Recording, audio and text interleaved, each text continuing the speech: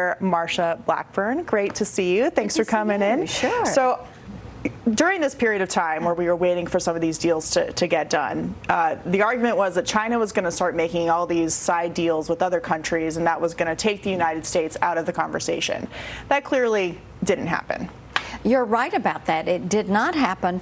What has happened is by President Trump being bold, moving forward, putting the tariffs in place, and then saying we want to get rid of these tariffs, go to reciprocal tariffs, get rid of the non-tariff trade barriers, and focus on trade that is going to be good for American consumers. And by the way, we want to bring jobs back to the USA.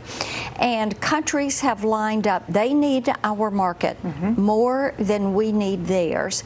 And getting this trade in goods deficit dealt with, which last year our deficit with China was $300 billion. Yeah. Katie, that is our largest deficit. Mexico is the second largest deficit. And President Trump and Secretary Besson and others that are working on this, they're doing the right thing because people have come to the table. And I will tell you, with UK, with China, and then you look at what is happening with the pharmaceutical executive order, you look at Putin and Zelensky meeting in Turkey to work things out.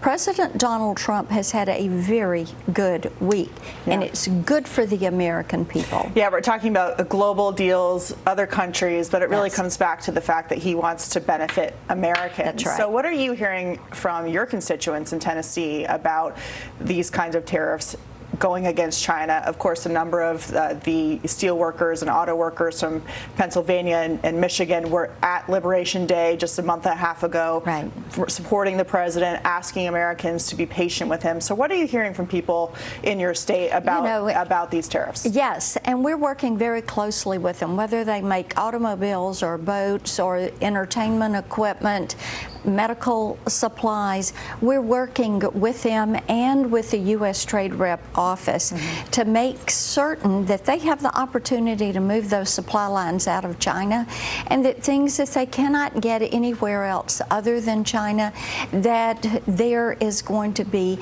some way to deal with this. Our goal is to help President Trump reinvigorate the U.S. economy, to make certain we're prosperous once again, and our goal is to protect our Tennessee manufacturers and make certain that as this economy begins to grow, that they are leading the way. We think Tennessee should be the leader in domestic production in so many sectors. We should be the leader in producing domestic energy, and we are up to that task, and people they're working hard to make certain that they are going to be a part of the golden age of America. Yeah, there's a lot of wonderful people in Tennessee, and we have 50 great states with all kinds of resources that they can use to move the country forward. But I brought up earlier this issue of intellectual property. Yes. So one of the biggest concerns that businesses have when they go into the Chinese market is that all of their intellectual property is going to be stolen.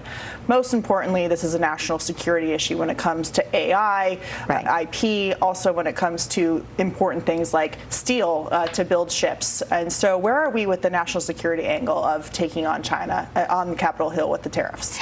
And indeed, intellectual property, as you mentioned, is a big part of that, because people innovate, they come up with the concept, they have taken it to China, China has stolen that intellectual property, and they've reverse engineered those products.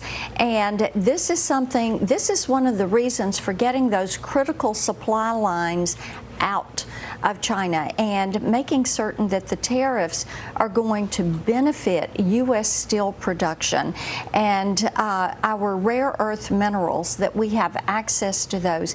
This is not only good for the U.S., this is where we go to our allies.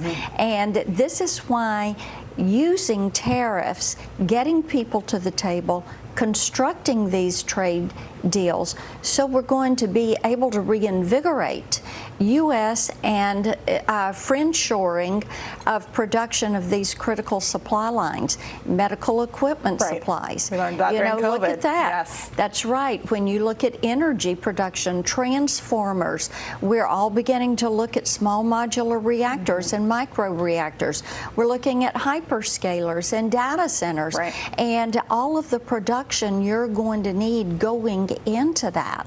So in Tennessee, we are saying we're here, we're ready to go with this, and people are looking forward to growing their manufacturing base and thereby growing their production and their exports.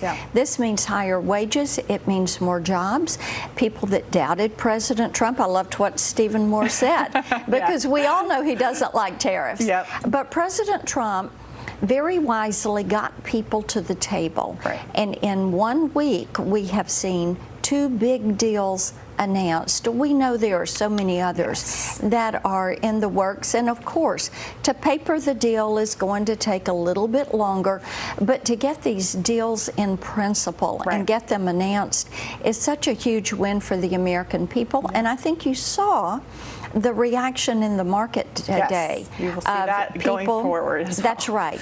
The market responded well to this because President Trump, once again, has shown that he's right about the approach on this. Well, we'll look for what Washington, D.C. as well can do and Capitol Hill to codify these policies to make sure they stay in place. So we're on in touch. Thank you for coming in. It's great to see you. You too. All right, coming up.